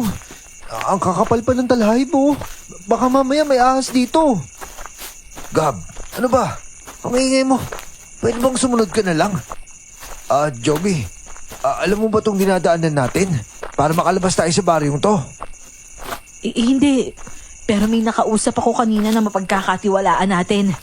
Hindi tayo basta-basta makakalabas dito dahil sa mga nilalang na pag-alagala. Pupuntahan natin yung bahay niya para mabigyan niya tayo ng proteksyon. Yun naman pala eh. Bilisan na natin. Binaybay namin ang madilim na damuhan sa likuran ng mga kabahayan. Hanggang sa isang likuran ng bahay ang hinintuan namin. Sumenyas pa si Jovi noon na huwag kaming maingay bago idinikit sa tila pintuan ng kanyang tenga. Maya-maya pa, bumukas yun ang kusa at walang pag-aalinlangan kaming sumunod ni Kuya hanggang sa loob. Hindi mo ako habang buhay na makukulong dito, Damian. Nagsasayang ka lang ng oras mo at wala kang mapapala sa akin. Hindi totoo yan. Hindi ka magiging prinsesa kung wala. Ibigay mo na hinihingi ko. Parang wala na tayo pag-usapan pa. Mapapagod ka lang. Kahit wakwakin mo ang tiyan ko, wala kang makukuha. Ilaan mo na lang sa ibang bagay ang atensyon mo, Damian. Pero alam mo, meron ako surprise sa'yo. At nandito na sila! Teka, sino kayo? Bitawan niyo ako! Bitawan niyo ako! Lintik na. Ano ibig sabihin nito? Jovi, anong... Nandito na po ang magkapatid na Di Masalanta, Prinsipe Damian. Ano? Hindi to maaari. Jovi! Magaling! Ganyan na ka na kamay. Mahusay matalino, at hinigitan pa ang inaasahan ko. Dahil dyan, meron kang gantimpala na makukuha. O ano, hindi ba nakalata yung nida na yon? Hindi ho. Walang nakakilala sa akin dito maliban sa inyo, prinsipe. Mabuti kung ganon. Marami ka pang magiging misyon. Magpahinga ka na at tanggapin yung biyayang nasa iyong silid. Joby! Joby, huwag ka umalis! Anong ginagawa mo? Niloko mo kami ni Kuya! Joby! Kuya Daniel! Anong gagawin natin? Mga pamangkin ko, kamusta? Ngayon ko lang kayo nakilala. Ito kasing nanay nyo, itinago agad kayo sa akin eh. Halika kayong dalawa. Ipapakilala ko kayo sa ina nyong nagabando na sa inyo sa loob ng napakahabang taon. Hindi. Damian, bakit? Paano mo nahanap ang mga anak ko? Mga anak ako to ang nanay ninyo. At huwag kayong makikinig sa halimaw na yan. May dahilan ng lahat. At ang babaeng yun, natatandaan ko siya. Talaga? Sayang naman. Dapat siguro hindi ka pumayag na magpakuha ng larawan na magkasama kayo, no? Baka sakaling hindi naniwala ang dalawa mong gugong na anak na pinapahanap mo sila. Ngayon, bibigyan kita ng huling hiling bago ka magpaalam sa mundong ito, Prinsesa Amihan. Wala kang karapatan na tawagin ako sa ganyang pangalan, Damian. Hindi ikaw si Ama. Tatawagin kita sa kahit anong gusto ko, Teresita. At wala kang magagawa na pigilan ako. Ano? Sabihin mo na, wala ka bang kahilingan? Pakiusap. Gusto ko lang makausap ang mga anak ko kahit sa huling pagkakataon. O sige, pagbibigyan kita. Ilang oras ba? Sa tingin ko araw kaya. Baka sabihin mo wala akong konsiderasyon na kapatid eh. O sige, 3 araw. Pero wala nga lang kayo pagkain at inumin. Ayos lang ba sa iyan, Prinsesa Amihan? Siguro ganito na lang. Kada hiling mong bagay gaya ng tubig o pagkain, 1 araw ibabawas ko. Maganda na ng laro yun. O sige na, ipasok na yung inutil na yan sa kwadra na kanilang ina. Hayaan sila magutom at mamaho dyan ng 3 araw.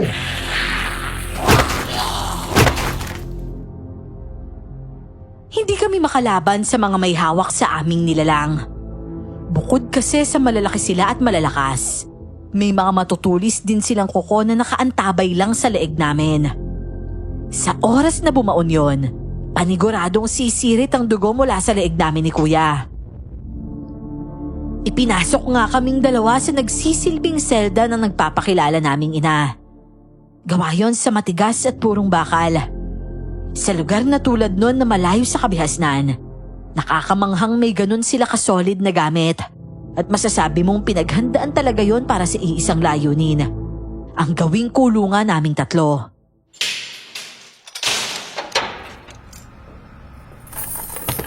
Mga anak, pwede ko ba kayong yakapin? Nay? Anak Daniel, ikaw na nga ba yan? Diyos ko, ang laki-laki mo na. Binatang-binata ka na't ito ba si Gabriel ang bunso ko?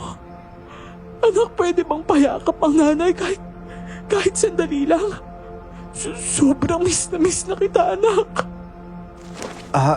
Sige ho, Nay. Patawarin niyo ako.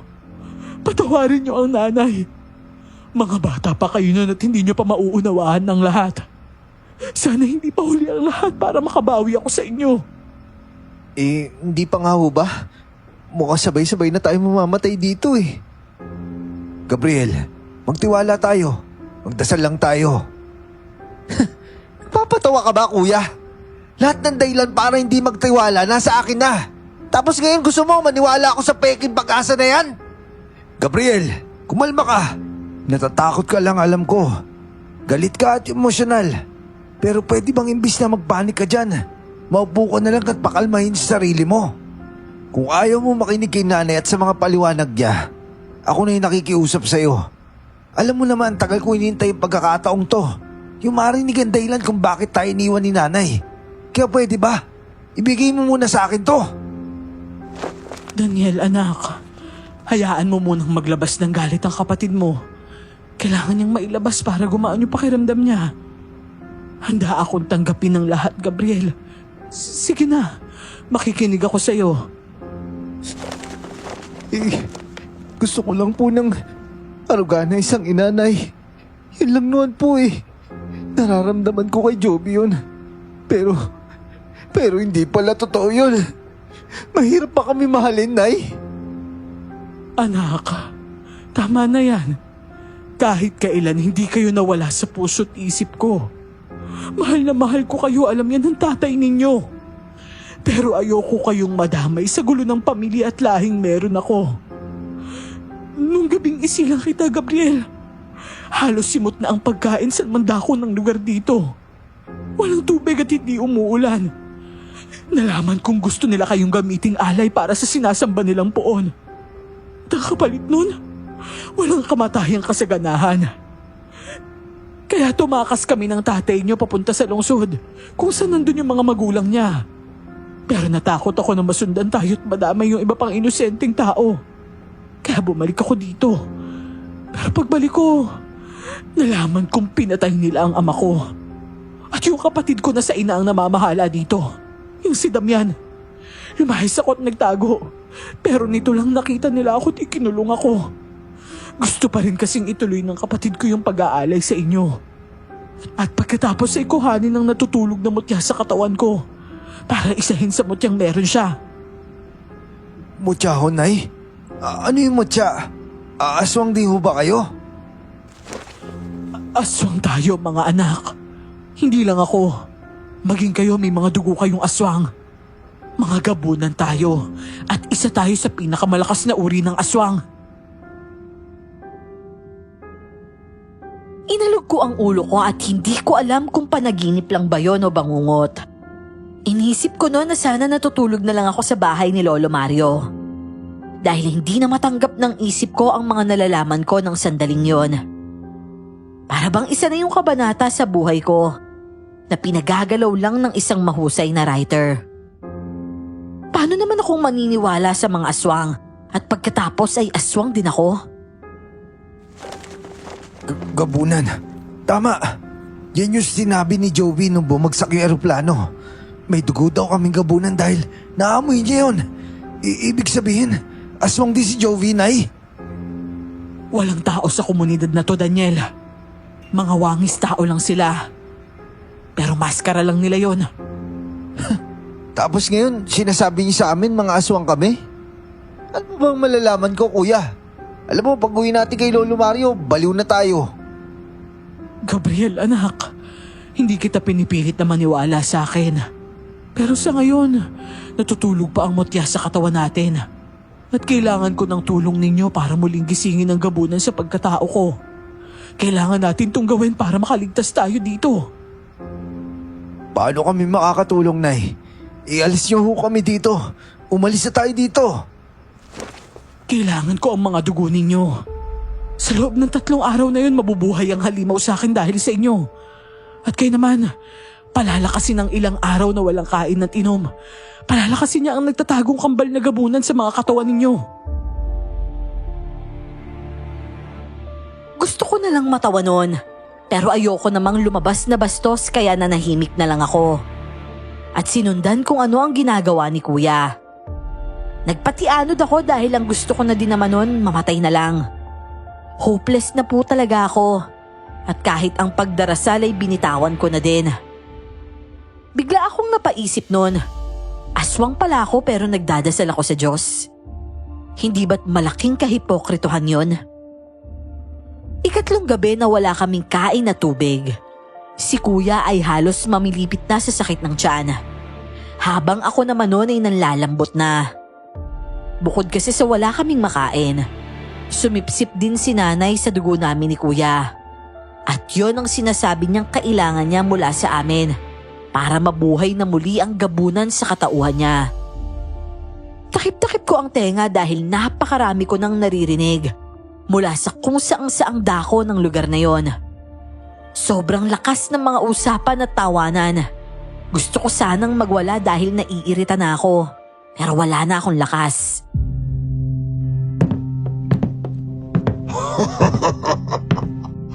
Hinayaan mo talaga magutom ang mga anak mo, Teresita. Kahit kailan talaga makasarili ka, mas pinili mo makasama sila ng matagal kahit gutom na gutom sila. Habang ikaw, nagpapakasa sa kapiling sila. Bilib talaga ako sa'yo, Prinsesa Amihan. Dapat ka talagang bumilib sa akin, Prinsipe Damian. Dahil ngayong gabi, Tatapusin ko na lahat ng kahibangan mo!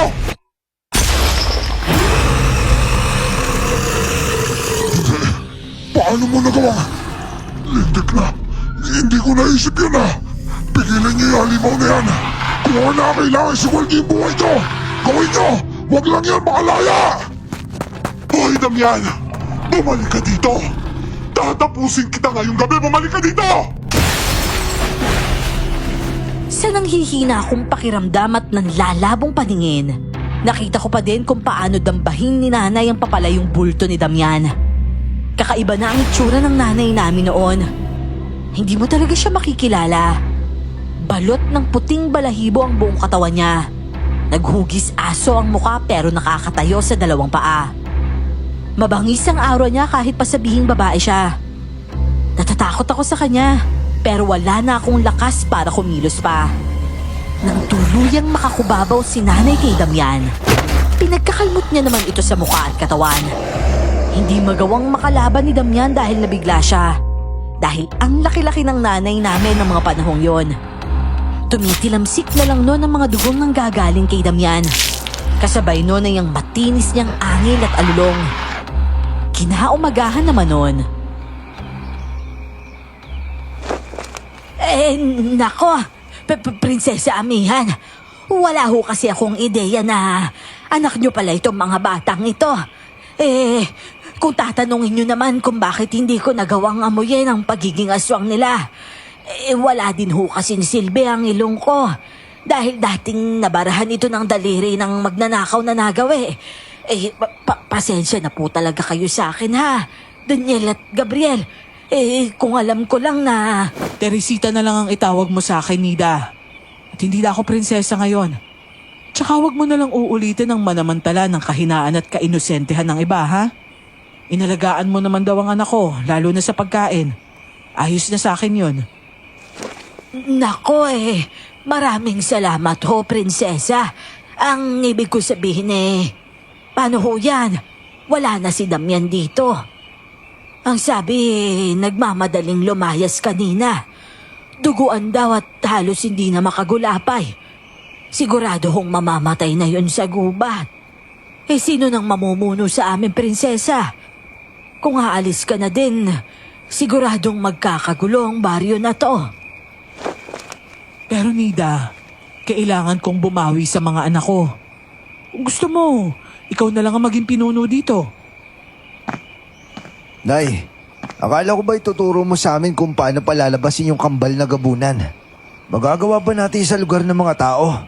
Saka sa palagay ko, dito naman talaga tayo nabibilang Kung kayo na huy namamahala dito, sigurado magiging payapa ang komunidad na to. Tama ho si Daniel, Prinsesa Amihan. Ipagpatuloy ninyo ang nasimulan ng yumaong hari. Ang mundong malayo sa mata ng mga tao. Ligtas at payapa. Walang kaguluhan at kahit nasasalat hindi naman napapabayaan. Sigurado ka ba anak na gusto mo dito? Paano naman si Gabriel? Ikaw anak, ano bang gusto mong gawin? Kung nasaan ho si kuya, doon na din ako, Nay. Niyakap lang kami ng sabay ni nanay noon. Tumangutango siya sa kangumiti ng matamis. Alam kong yun din ang gusto niyang gawin. At sa totoo lang, ayokong mamuhay bilang halimaw. Pero lalong ayokong kumontra sa talagang itinakda para sa akin.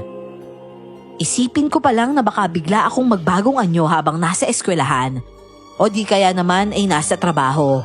Napapangiwi na ako. Baka mas brutal na kamatayan pa ang abutin ko sa kamay ng mga tao kapag nagkataon. Kuya, Ba't hindi ka na makakain ng dati nating kinakain? Ako, okay pa naman. Siguro dahil unti-unti ko na nakakasanayan yung paglabas na aswang sa pagkatao ko. Naapektuhan na din yata pati yung panlasa ko. Ganun ba? Matagal pa yata yung sa akin bago lumabas eh. Oo nga pala kuya, hindi mo ba namimiss si Jovi? Hindi ko alam, Gabriel. Pero gusto ko siya makita at makausap. Ewan ko. Siguro, namimiss ko nga siya. Hindi ka ba galit sa kanya dahil sa ginawa niya sa atin? Hindi na siguro. Nagbunga naman ng maganda yung ginawa niya eh. Kung namatay siguro tayo, baka multuhin ko pa siya. Hindi naman, di ba? Saka, alam kong biktima lang siya ng mapagsamantalang pinuno dati dito. Ay, sige na nga. Hindi na din ako magagalit sa kanya. Pero alam mo kuya, nakakabilib ka. Masungit ka at tahimik pero napakabilis mo magpatawad. Ikaw lang naman eh. Huwag mo na laging patigasin at pasakitin yung dibdib mo. Palambutin mo din minsan at makahinga ka na maluwag. Ano ba yan? Bakit parang tunog bastos, kuya? Madumi lang siguro yung isip mo. Mamaya kapag naligo ka sa ilog isabay mo sa paligo yung utak mo. Naging payapa ang ilang buwan na pagsasaayos ni nanay sa pamamahala ng komunidad. Mas marami sa mga kalahi niya ang nagdiwang at masaya dahil nagbalik na daw siya. Maging kami ni kuya noon, ang pakiramdam namin kontento na kami. Kompleto at wala nang mahihiling pa. Maliwanag na sa amin ang lahat at unti-unti ay tinanggap ko na din ang pagiging isang kalahating tao at kalahating aswang ko. Kuya, namimiss ko si Lolo Mario. Dalhin na lang kaya natin siya dito. Payapa naman dito eh. Tapos malinis pa yung hangin. Di gaya dun sa lungsod. Kahit nasa dagat siya malapit langhap na langhap niya yung mga usok dun. Alam mo Gab, hindi basta-basta mamamatay si Lolo sa usok at alikabok ng mga sasakyan. Mamamatay yun kapag inatake sa puso dito. Dahil sa iba't ibang uri na aswang. Di pangunahan natin siya para alam niya kung ano i-expect niya dito. Bakit hindi na lang kayo nitong kuya mo ang bumisita sa kanya doon? Matanda na marahil ang Lolo Mario ninyo. Hindi na makakaganda sa kanya ang bumiyahe pa. Tama si nanay. Bisitahin na lang natin siya. Kahit mga ilang linggo lang, di ba? Kung pwede nga lang ako magpaiwan dun para makasama si Lolo eh. Naawa talaga ako sa kanya kuya. Nag-iisa na lang siya ngayon pagkatapos niya tayong palakihin. Naiintindihan kita, Gabriel. Pwede kitang bigyan ng pangontra sa paglabas ng aswang sa pagkatao mo. Gaya ng orasyon na pinagawa sa akin nung tumakas ako dito at nanirahan sa mundo ng mga tao. Gusto mo ba yon? Naiintindihan ko. Ako din naman yun yung gusto ko eh. Yung may makasama kahit papano si Lolo Mario. Kaya lang, nagpresenta ka naman na. Bakit naman hindi? Totoo kuya? Hindi ka magtatampo sa akin? Oh, ba't naman ako magtatampo? Ikaw naman talaga Sige na ako nang magbubukas. Mag-usap lang kayo dyan, ha? Prinsesa Amihan! Si Damian! Oh, Jovi! Puro sugat ka. Anong nangyari sa'yo? At anong tungkol kay Damian? Hindi ba't nag-usap na tayong magkikita lang kapag kailangan? Pero magbabalik na siya dito. Nakipagkasundo siya. Nakipagkasundo siya sa mga demonyo. Ano? Mas malakas na siya at marahas. Maging ang lihim ko, nalaman na niya kaya... Ito, may mga sugat ako. Paano naman niya nagawang makipagkasundo sa mga demonyo? Hindi tayo katanggap-tanggap sa kanila, hindi ba? Pumatay na siya ng mga inosenteng tao at inalay niya yun sa mga demonyong yun. Patawad po, Prinsesa Amihan. Hindi ko na siya napigilan. Jovi? Anong nangyayari? Bakit siya nandito? Diyos ko, ang lalim na sugat mo. Halika, doon ka muna at maupo. Hindi, okay lang ako. Maganda na kayo. Mamaya lang darating na dito si Damian. Mas malakas na siya sa'yo, prinsesa. At natatakot akong mapahamak ang lahat na nandito. Nay, hindi ko po maintindihan. Bakit nandito siya? At bakit niya sinasabi lahat sa inyo? Hindi natin kalaban si Jovi, mga anak. Ako ang utak ng lahat ng yon. Kahit bago pa man siya maging kanang kamay ni Damian. Sa akin na siya nagtatrabaho. Saka ko na ipapaliwanag sa inyo. Sa ngayon, ang gusto ko, Gabriel, balaan mo ang lahat na maghanda.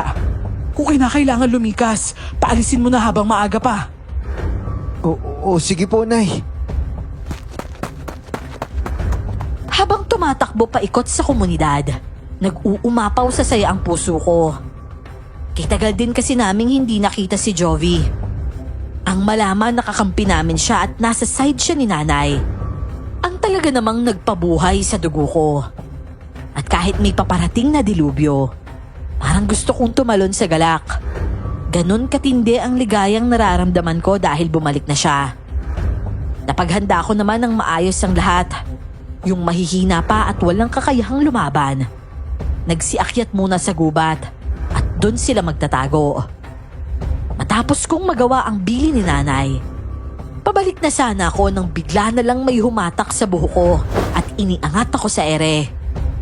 Halos sumiwalay ang anit ko sa ulo noon dahil doon ako binuhat ng kung sino mang nilalang na may hawak sa akin. Maya-maya pa, sakal-sakal niya na ako sa leeg habang nakalutang pa din kami sa ere. At saka ko lang nakita ang hawak din nung nilalang sa leeg si Kuya Daniel, gamit naman ang kabila niyang kamay. Kahit kailan traitor ka talaga, Damian! Palibhasa, duwag ka kaya hindi ka makalaban ng patas! Huwag mong sabihin, uunahin mo na naman magdadakdak dyan, imbis na iligtas yung buhay na anak mo, Teresita! Kung ako duwag, ikaw naman makasarili. Madamot ka kaya dapat sa'yo tinatraitor! Ibaba mo sila, Damian! Kapag may nangyari sa kanila, susundan talaga kita hanggang sa impyerno! Ibigay mo sa akin ang hinihingi ko, Teresita. Bibilang ako ng 5 bago ko tuluyang baliin ang leg ng dalawang to. 1, 2, 3, 4! Ito na, iluluwa ko na. Pero pakiusap, Damian. Kahit ilapag mo naman sila sa lupa, para naman makahinga sila. Pakiusap! Bakit? Akala mo ba mabubuhay pa sila kung sakali makuha ko yan sa'yo? Mamamatay ka din, Teresita. Tapos isusunod ko naman sila. Magkita-kita kayo sa impyerno! Ano na? Nainip na ako, Teresita! Gawin mo muna ang sinasabi ko, Damian!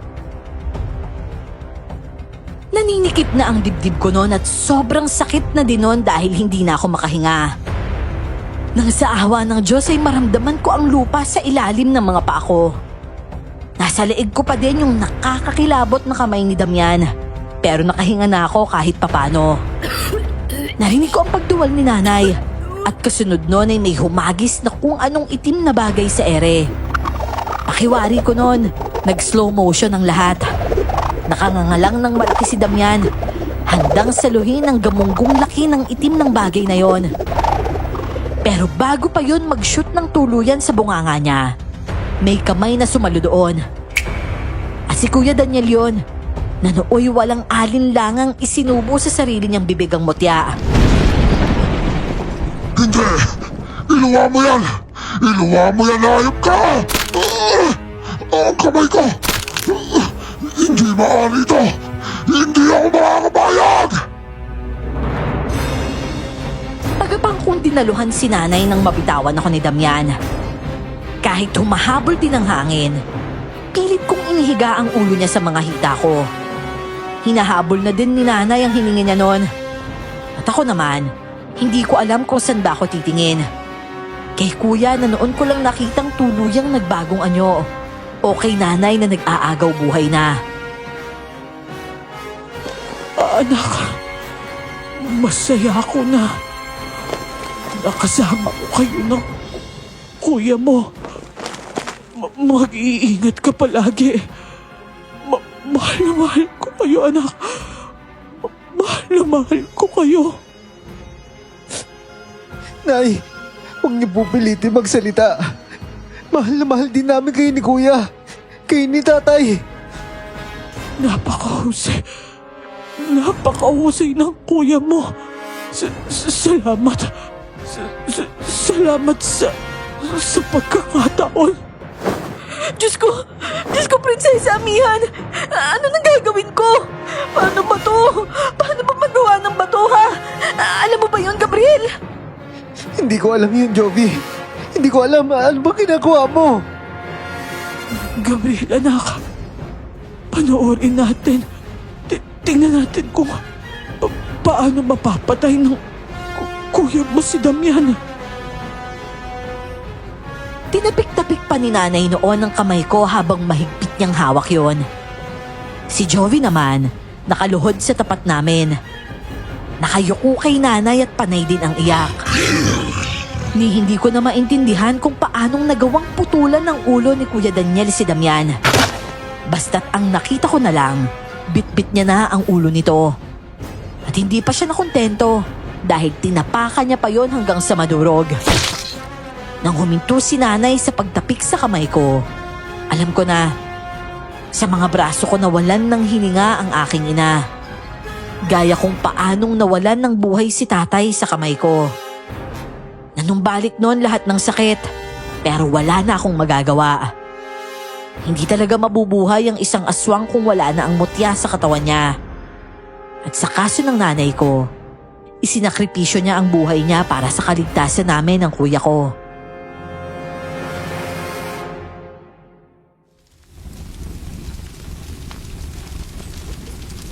Sigurado ka ba sa desisyon mo, Gab? Hindi mo kailangang umalis dito. Siguro, kailangan magkasama tayong harap sa ganitong pagsubok, hindi ba? Kuya, nagluluksa ako para kay nanay. Pero, inaalala ko din si Lolo. Ayokong may pagsisihan tayo parehas sa uli. Tsaka isa pa, malaki na ako para kontrolin yung emosyon ko. Ikaw ang bahala. Basta lagi mong tandaan na may pamilya ka ditong uuwian, ha? Alam ko, kuya, magiging mabuting pinuno ka ng lugar na to. Tsaka babalik ako. Oo nga pala, huwag mo nang paiyakin si Jovi, ha? Jovi, kapag sinaktan ka ni kuya, sumbo mo sa akin, ha?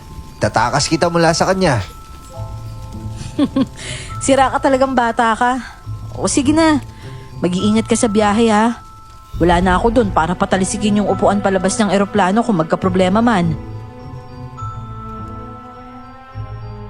Sa ngayon po, Miss Clark, ay pinili kong manatili na lang muna dito sa lungsod. Wala na po si Lolo noon pang nagkapandemya. Masakit pa din dahil hindi niya rin pala ako makakasama hanggang sa mamaalam na lang siya. Abo na lang siya nang dalhin sa akin. Masaya naman po ako sa buhay ko.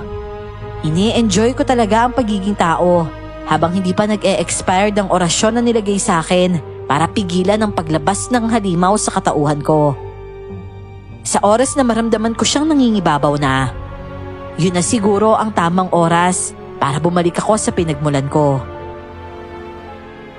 Maraming salamat po, Miss Clark, kung mapipili niyo mang bigyan ng buhay itong kwento ng buhay ko. Karangalan po sa akin na mapabilang sa mga itatampok ninyo sa inyong mga channels. Mabuhay po kayo at pagpalain panawa ng may likha. Muli ay ako po si Gabriel. Nagpapasalamat.